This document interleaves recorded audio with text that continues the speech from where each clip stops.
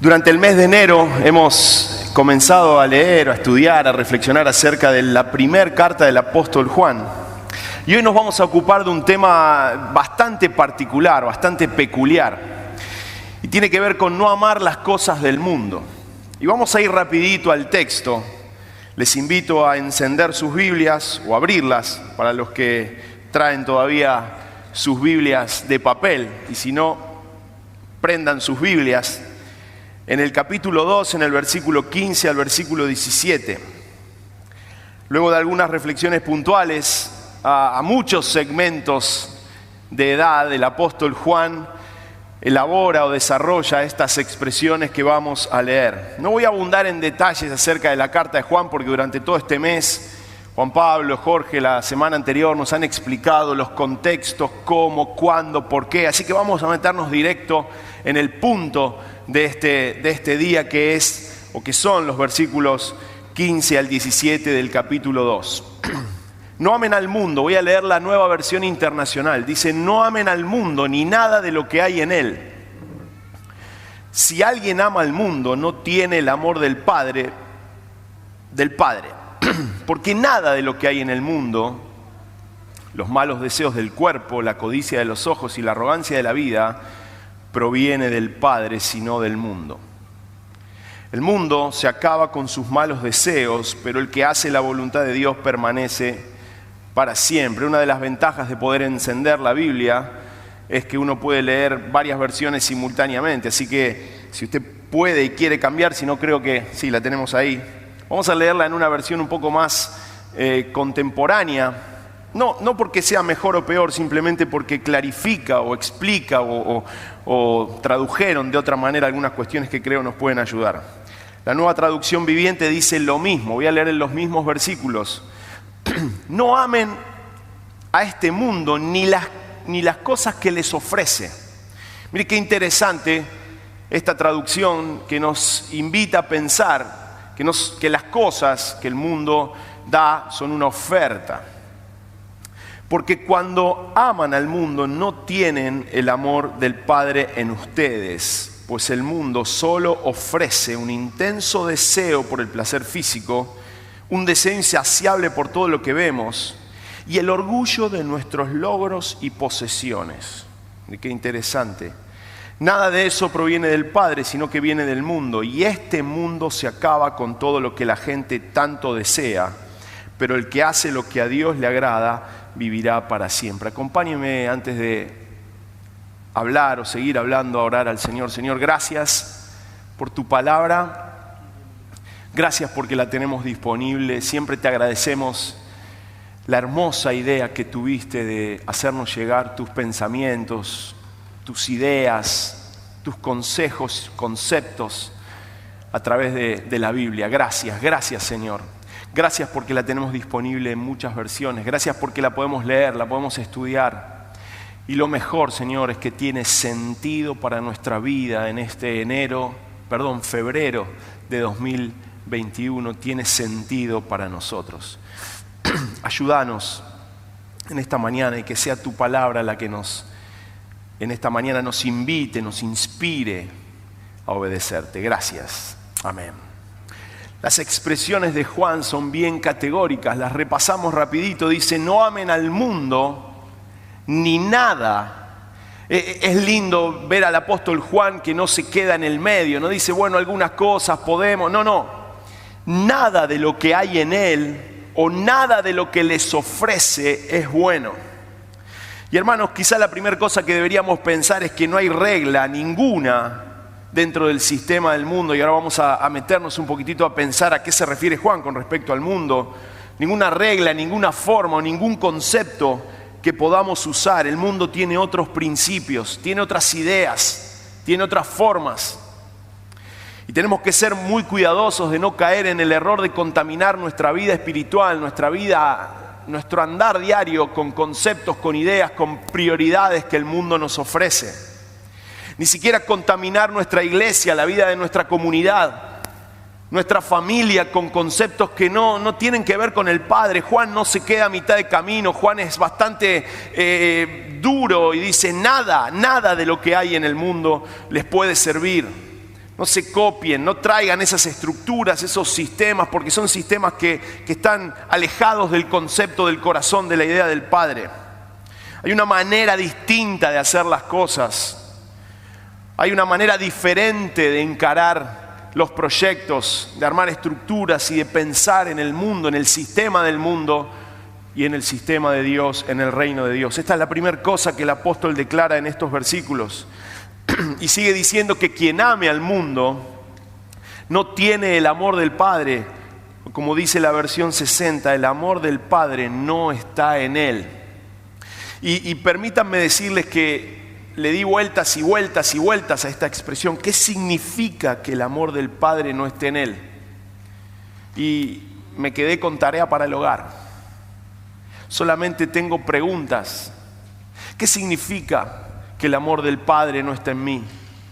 ¿Qué significa que no tengo el amor del Padre? ¿Significa que no soy cristiano? Son preguntas, no hay ironías, no hay sarcasmos, no hay nada. Simplemente preguntas que me hice, que me anoté, que no tengo respuesta y que les invito a reflexionar en casa. ¿Qué significa no tener el amor del Padre cuando me apego a las cosas del mundo? ¿Significa que no soy cristiano? ¿Significa que no tengo vida eterna? ¿Significa que no vivo, no disfruto de la vida abundante que el Padre tiene para darme aquí en la tierra? ¿Significa que no puedo amar como Él ama y amar las cosas que Él ama? Yo no sé, no pude darle respuesta, insisto, y me gustaría que ustedes piensen y reflexionen en casa. Otra de las cosas que menciona es que el mundo ofrece. Dice que lo que el mundo ofrece, o todas las cosas que el mundo ofrece, no provienen del Padre. Lo deja bien claro. No tienen que ver con lo que Dios tiene en mente. Y por último menciona que todas esas cosas tienen corta vida, se acaban, se terminan pronto. Mientras que las que Dios propone tienen un sentido de eternidad y permanecen para siempre.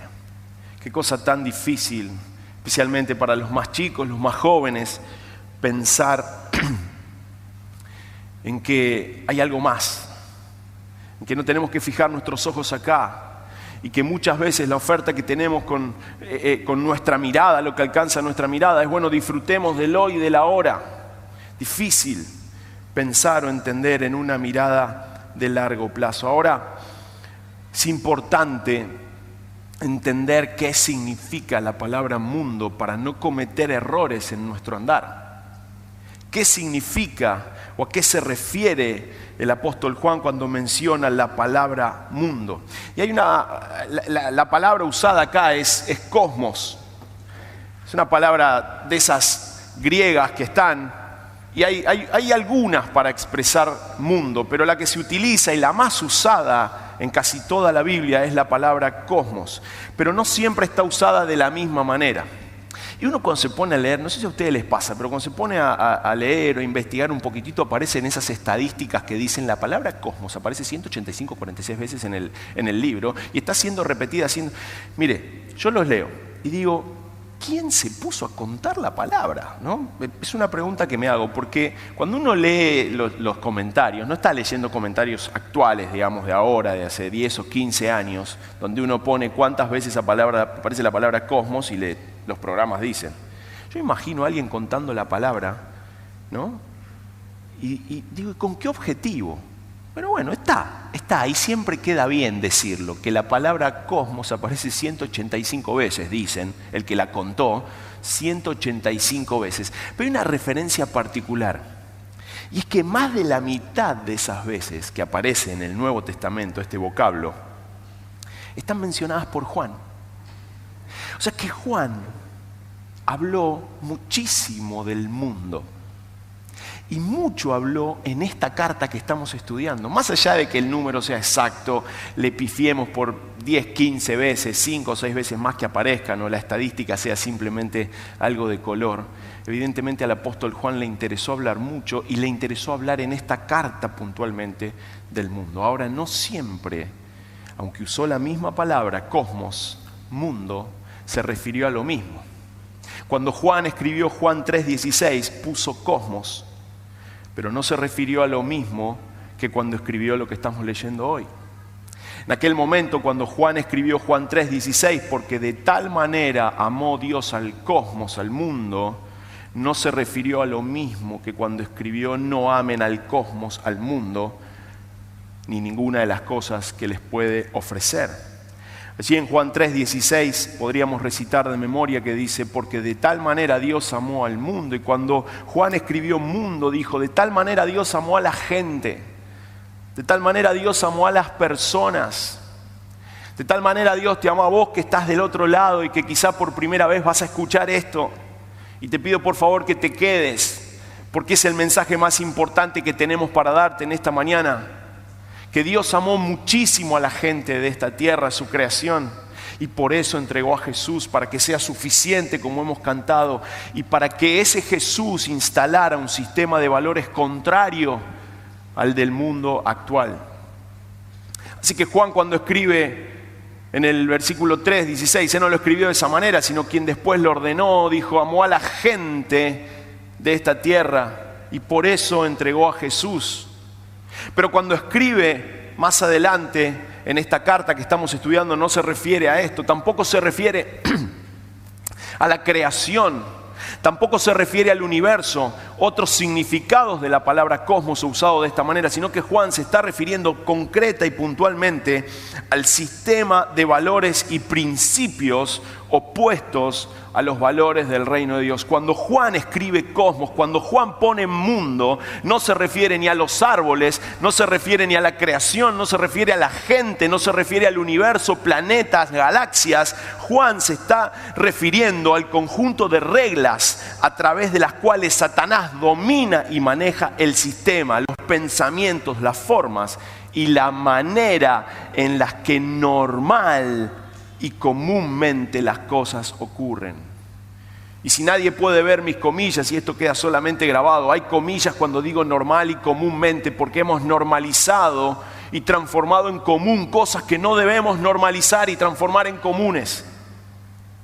Aquí mundo, dice un escritor, ha de tomarse obviamente en el sentido de sistema mundano de criterios y actitudes que se oponen bajo el dominio de Satanás a todo lo que Dios y por tanto Jesucristo enseñan y preceptúan o arman preceptos. La instrucción o la idea o la reflexión o la exhortación de Juan es a quienes se apegan a los conceptos, formas y valores de este mundo, a quienes se enfrascan en las cosas de este mundo, quienes consideran como manera, como estilo, las cosas de este mundo como forma de vida, un sistema perverso y comandado por Satanás. Y quisiera aclarar, hermanos, para seguir profundizando en el concepto y no cometer errores que nos lleven a vivir un legalismo equivocado por no tener claro lo que el mundo es que no nos estamos refiriendo a alguna de las cosas que Dios ha creado. Cuando Juan menciona al mundo, no se refiere a los árboles o a muchas de las cosas que están creadas.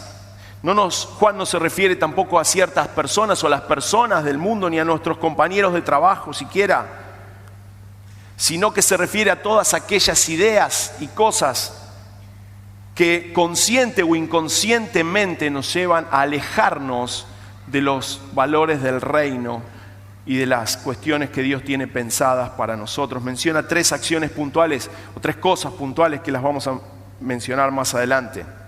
Y muchas veces nos equivocamos llamando mundo a lo que no es mundo. Muchas veces llamamos equivocadamente mundo a aquellas cosas que no son mundo y nos alejamos y nos enfrascamos en ciertas cuestiones difíciles de entender, pero sí debemos referirnos a todo aquello que a veces, hasta sin ser malo, en sí mismo trae o despierta en nosotros los valores que están alejados de Dios, es decir, los valores de este mundo. El apóstol Pablo nos ayuda a pensar un poquitito más, hablando de una cosa completamente distinta. En 1 Corintios capítulo 7, el famoso capítulo de 1 Corintios capítulo 7, donde hay consejos matrimoniales, donde Pablo le dice a las esposas qué hacer si se convierte y su esposo no es cristiano, qué hacen los esposos, qué hacer cuando uno llega a Jesús. Es decir, está hablando de otra cosa, pero tiene un pensamiento acerca de esto que nos ayuda a ilustrarnos, a entender. Dirá en el capítulo 7, versículo 31 de 1 Corintios, y los que disfrutan de este mundo, como si no lo disfrutasen, porque la apariencia de este mundo se pasa. Otra versión dirá, los que usan las cosas del mundo no deberían apegarse a ellas, pues este mundo, tal como lo conocemos, pronto desaparecerá. Hay cosas que no tienen que ser llamadas mundo. Hay cosas que podemos usar, que podemos disfrutar. El problema será cuando nos apegamos y le damos un lugar equivocado. No estoy hablando del sistema de valores, que quede claro. Estoy haciendo una diferencia entre que podamos entender que hay muchas cosas que son en la apariencia mundo, pero no generan un problema, sino el sistema de valores. El problema no estará en disfrutar de ciertas cosas del mundo, árboles, deportes, la ciencia, la educación, algunos entretenimientos, y pongo estos ejemplos para ir al punto concreto, o usar algunas cosas, sino que el problema será pegarse a ellas, o el mayor problema, como Juan cita, será convivir y compartir con los valores de este mundo. Y resulta también muy interesante cuando uno mira el texto, ver que cuando Juan dice no amen, utiliza una derivación del ágape ahí. Y me encanta pensar en esto, porque ustedes saben, y no voy a abundar en esto, que la Biblia tiene distintas maneras o distintas palabras para llamar amor. Y cuando Juan escribe no amen, utiliza esa derivación del ágape. Y la misma palabra la utiliza cuando habla del amor que Dios tiene. Entonces Juan dice, si yo pudiera escribirlo, decirlo en palabras sencillas, no amen al mundo, es decir, no se entreguen, porque deriva de esa palabra ágape. No den sus convicciones, no expresen un sentimiento intenso, fuerte, comprometido con los valores del mundo. No se deleiten, no tengan afecto fuerte, no sientan deseos de estar con esos principios o valores que el mundo expresa. Todas formas de entender la palabra amar al mundo. Todo eso es lo que nosotros no tenemos que hacer cuando enfrentamos a ese sistema de valores. Juan nos está diciendo que el amor por las cosas del mundo es incompatible con el amor de Dios. Juan está explicando que si alguno sigue amando al mundo, el amor del Padre no está en él. Y esto significa que el amor de Dios no permanece en tal persona como el principio reinante en su vida. Estas son las ideas que están en la mente de Juan al escribir. Y Jesús lo dirá de otra manera, o lo dijo de otra manera en realidad. Ningún esclavo puede trabajar al mismo tiempo para dos amos, porque siempre obedecerá o amará, y utiliza la misma palabrita que utiliza Juan, ese mismo derivado del ágape, amará a uno más que al otro, se entregará, se deleitará más en uno que el otro. Del mismo modo, tampoco pueden ustedes servir al mismo tiempo a Dios y a las riquezas, dice Jesús, a los valores, sistema de este mundo. El Señor plantea la misma dicotomía, la misma encrucijada, lo uno o lo otro. Dios o las riquezas, Dios o los valores de este mundo, Dios o la arrogancia de la vida, los placeres de la carne, los deseos de los ojos. El amor al mundo no es compatible con el amor de Dios, porque todo, dice Juan, lo que hay en el mundo, insisto, su sistema de valores, sus principios, sus prioridades, no tienen que ver con Dios. Santiago nos ayudará a seguir pensando y dirá en el capítulo 4 y el versículo 4 una frase muy fuerte, muy dura, que al leerla en las versiones estas son difíciles. Dice adúlteros. Está usando la figura del engaño matrimonial. Adúlteros. ¿No se dan cuenta de que la amistad con el mundo les convierte o los convierte en enemigos de Dios? Lo repito, si alguien quiere ser amigo del mundo, se hace enemigo de Dios. ¿Acaso piensan que las Escrituras no significan nada? Ellas dicen que Dios desea fervientemente que el Espíritu que puso dentro de nosotros les sea fiel.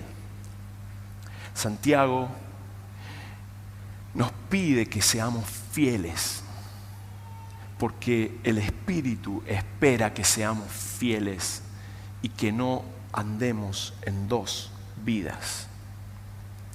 Es incompatible caminar, vivir, compartir los ideales de un sistema perverso, equivocado, con otras prioridades, con otras maneras, con otra forma de pensar, y querer caminar, vivir, compartir los valores del reino, los valores de Dios. Decíamos que Juan menciona 3 cosas. La primera que menciona son los malos deseos del cuerpo, es decir, las ganas, o también las no ganas, porque pienso yo que el no deseo es un deseo en sí mismo. Cuando yo no hago algo, ya tomé acción por un deseo que tengo, es no desear hacer tal cosa. El no deseo de alguna manera es deseo de no hacer. Así que el hacer o no hacer algunas de las cosas es a lo que se refiere Juan. La segunda cuestión que menciona es la codicia de los ojos, la ambición. El diccionario traduce ambición, deseo vehemente, apetito ansioso de tener aquello que vemos y que muchas veces ya tenemos o que nunca hemos tenido, pero que lo deseamos y lo queremos. Ya sea material, ya sea inmaterial, ya sea relacional, ya sea sentimental, ya sea social o sea cultural. Y la tercera situación, instancia que menciona es la arrogancia de la vida, y acá quizá las palabras más apropiadas tengan que ver con la fanfarronería. Nosotros entenderíamos mejor si la Biblia dijera la fanfarronería de la vida. Es más o menos la idea implicada. El tener para poder presumir, o el no tener pero intentar presumir que soy. Eso es un fanfarrón. La altanería o soberbia o sentimiento de superioridad, esto es lo que Juan está diciendo sobre los demás, teniendo o no teniendo. Y hermanos, quiero decir una cosita acá particular y puntual, y es quizá una lectura rápida de esto y simple hace que pongamos el énfasis en que el problema es el mundo. Y es así, sí. El mundo es un problema, el mundo en su sistema de valores es una turba de lobos, y nosotros como pobres corderitos o conejitos estamos o debemos cuidarnos de no ser consumidos. Esto sí es así. Pero no vivimos siendo víctimas y no podemos hacer nada. Si nosotros hacemos una lectura rápida de esto, la escena es, el mundo es un problema y nosotros no podemos hacer nada. Nosotros estamos metidos, estamos siendo corridos por estos lobos feroces que nos van a comer. Y la verdad es que tenemos que hacernos cargo de una realidad y decir que la principal fuente para aferrarnos a este sistema viene de nuestro interior. El principal problema no está afuera, sino que el principal problema está dentro.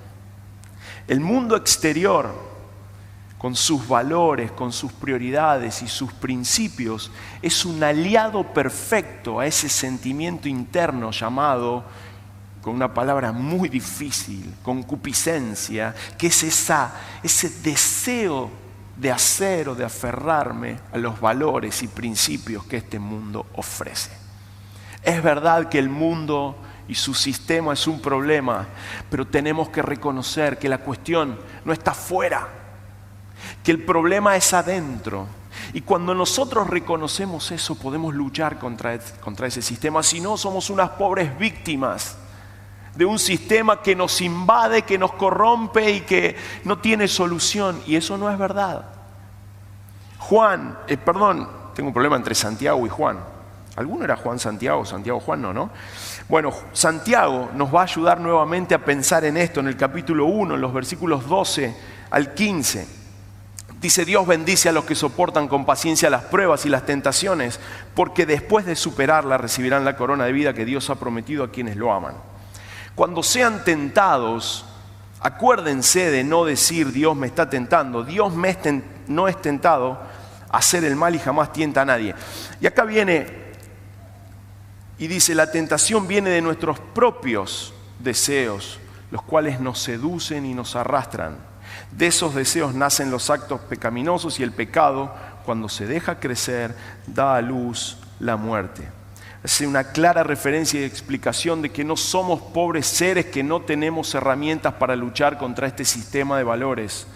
No somos pobres víctimas vapuleadas por los principios de este mundo. El contexto ayuda, facilita, pero de ahí a caer en el hecho, en la acción de ceder a la tentación, de elegir usar los valores de este mundo, hay un tramo. Y es ahí donde se le considera errar al blanco, es decir, pecado, es decir, daño a nosotros mismos, a la familia y a todas las cosas que sabemos que esto acarrea. Pero podemos resistirlo. No nos debemos conformar, no tenemos que victimizarnos y decir que esto es muy fuerte. Y decir, bueno, todos hacen esto, entonces yo tengo que manejarme de esta manera. Dice Juan, unos versículos más adelante, 4:4, en primera Juan capítulo 4, versículo 4, pero ustedes, mis queridos hijos, pertenecen a Dios. Ya lograron la victoria sobre esas personas, está contendiendo contra los falsos profetas, pero mire lo que les dice: logran la victoria contra los falsos profetas porque el espíritu que vive en ustedes es más poderoso que el espíritu que vive en el mundo. Podemos vencer al sistema o podemos enfrentarnos al sistema porque el espíritu que está en nosotros es más fuerte que el que vive en el mundo. Hermanos, no somos víctimas del sistema. No tenemos que correr contra la ola porque es lo que ocurre, porque es más fuerte. No es verdad. El problema lo tenemos nosotros cuando cedemos al sistema, cuando nos enfrentamos al sistema. Pero Juan nos dice, lo pueden vencer porque el Espíritu que está en ustedes, el Espíritu Santo que está en ustedes, hace esa referencia, es más fuerte que el espíritu que está en el mundo, es más fuerte que el enemigo y cualquier idea que él pueda desarrollar. Y permítanme terminar con una pequeña idea más, bien práctica, bien concreta, y es la importancia de desarrollar un ojo sagaz, filoso, para la lucha diaria contra los valores de este mundo.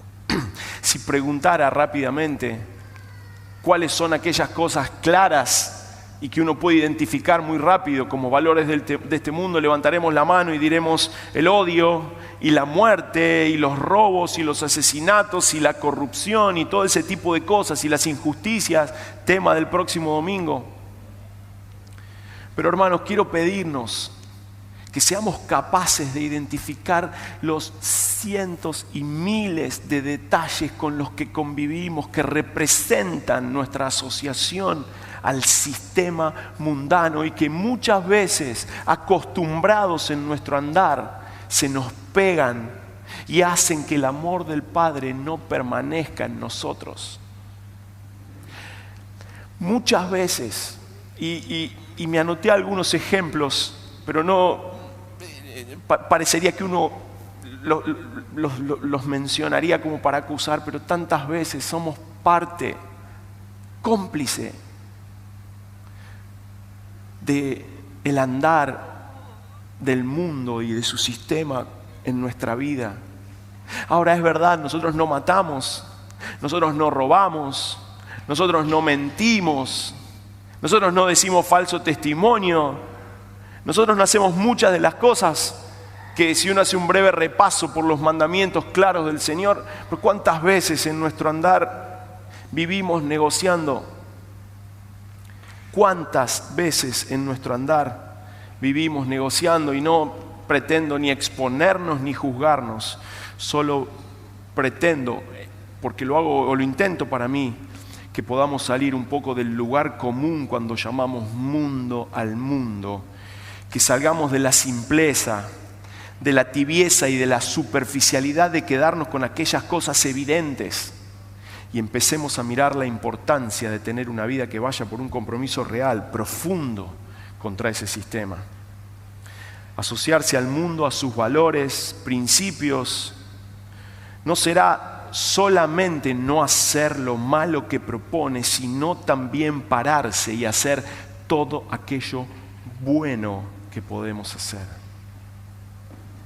El sistema del mundo, escuche esta frase, el sistema del mundo avanza cuando los hijos de Dios no hacemos todo lo bueno que podemos hacer.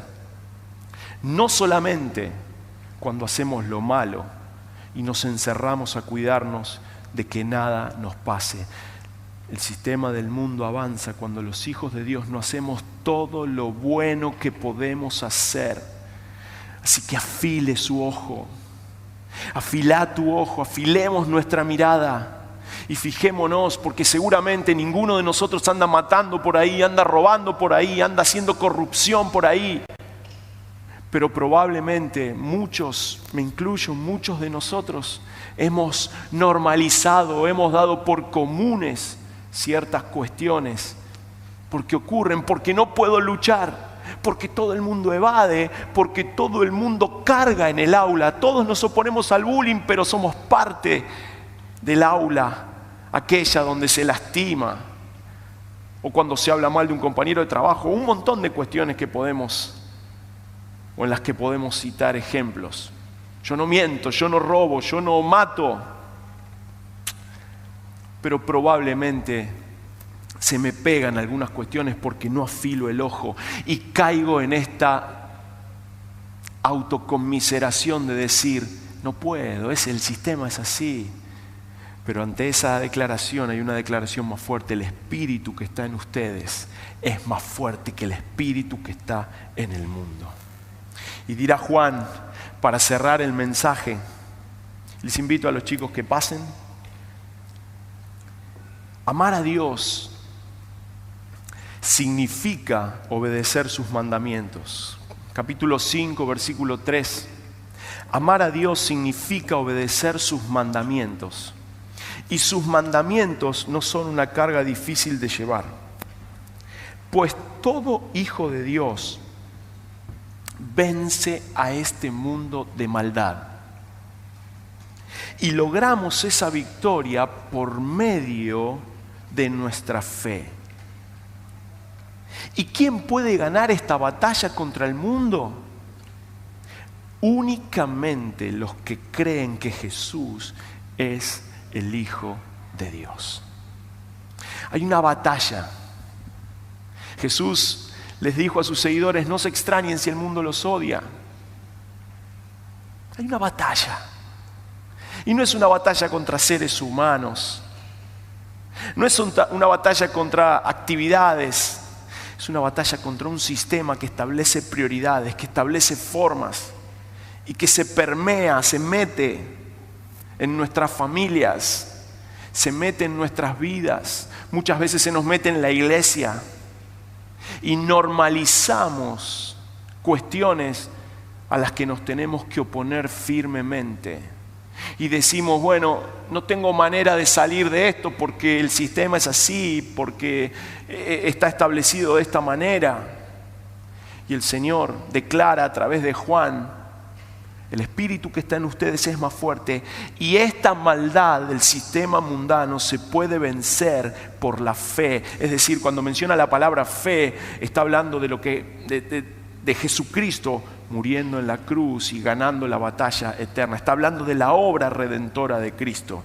Voy a volver a leer el capítulo 5 y el versículo 3, porque es el que encierra, cose, nos hace comprender cómo es o cómo debería ser nuestra vida. Amar a Dios significa obedecer sus mandamientos, y sus mandamientos no son una carga difícil de llevar, porque cuando uno dice me toca enfrentar al mundo, es imposible. Pero Juan dice, no es una carga difícil. Hagámonos cargo de que el problema lo tenemos nosotros y que tenemos que enfrentarnos a esas cuestiones. Pues todo hijo de Dios vence, todo hijo de Dios, no algunos. No es para algunos pocos iluminados, sino que todo hijo de Dios vence a este mundo de maldad, a este sistema de valores, de prioridades, de conceptos que el mundo tiene, y logramos esa victoria por medio de nuestra fe. ¿Nuestra fe en qué? En Jesucristo. ¿Y quién puede ganar esta batalla contra el mundo? Únicamente los que creen en Jesús, o que Jesús, mejor dicho, es el Hijo de Dios. Será, hermanos, como empezamos cantando al principio del mensaje, con Jesús. Será por Jesús. No habrá otra forma. No habrá un nuevo método. No habrá un nuevo decálogo para vencer al mundo. Será a través del Señor Jesús. Será con la fe en el Señor Jesús. Siempre Jesús. Solo Jesús. Para siempre Jesús. Aquel que murió en la cruz y resucitó. Aquel que hace algunos años ganó la batalla para nosotros. Es el mismo que hoy nos da a través de su Espíritu Santo la capacidad de vencer a un sistema que se opone a los principios de Dios y que interrumpe el fluir del amor de Dios en nuestras vidas. No hay otra manera, no hay otra idea, no hay 10 formas para vencer al mundo. No existe, no hay paso 1, paso 2, se trata de Jesucristo en nosotros, la fe en Él, su vida en nosotros, su Espíritu en nosotros, ayudándonos a abrir esos ojos bien grandes y encontrar dónde se nos están pegando ciertos preceptos del mundo. Así que vamos a recordar al único que puede darnos la capacidad de enfrentar a un sistema de valores corrupto, roto, que lastima, que hace doler, que te hizo doler a vos mucho, que te hace doler a vos todavía, que nos hace doler y que quizá te hace doler a vos que estás del otro lado. Y queremos decirte que Jesús es la única respuesta y salida a este sistema, a este dolor, que no hay que ser muy inteligente para describirlo, ¿eh? Hay que poner, cualquiera sea el diario que usted lea, ámbito.com, clarín.com, página12.com, cualquiera. O prender la tele en alguno de esos noticieros y darse cuenta que el sistema está caído, roto, y que hay algo superador, mejor, que Jesucristo ganó en la cruz y que nos pide, nos invita a que cada vez que nos juntemos tomemos un pedacito de pan, un poquitito de vino, jugo, y a través de estas dos cosas recordemos hoy en este contexto. Hoy recordamos que a través de la muerte de Jesús tenemos su Espíritu Santo que nos da la capacidad de vencer al sistema de valores que este mundo nos ofrece. Al tomar el pan hoy, hermanos, recordemos que en la cruz Jesús nos dio la victoria para poder enfrentarnos a un sistema de valores roto, partido, y que no vale la pena seguir. No vale la pena seguir.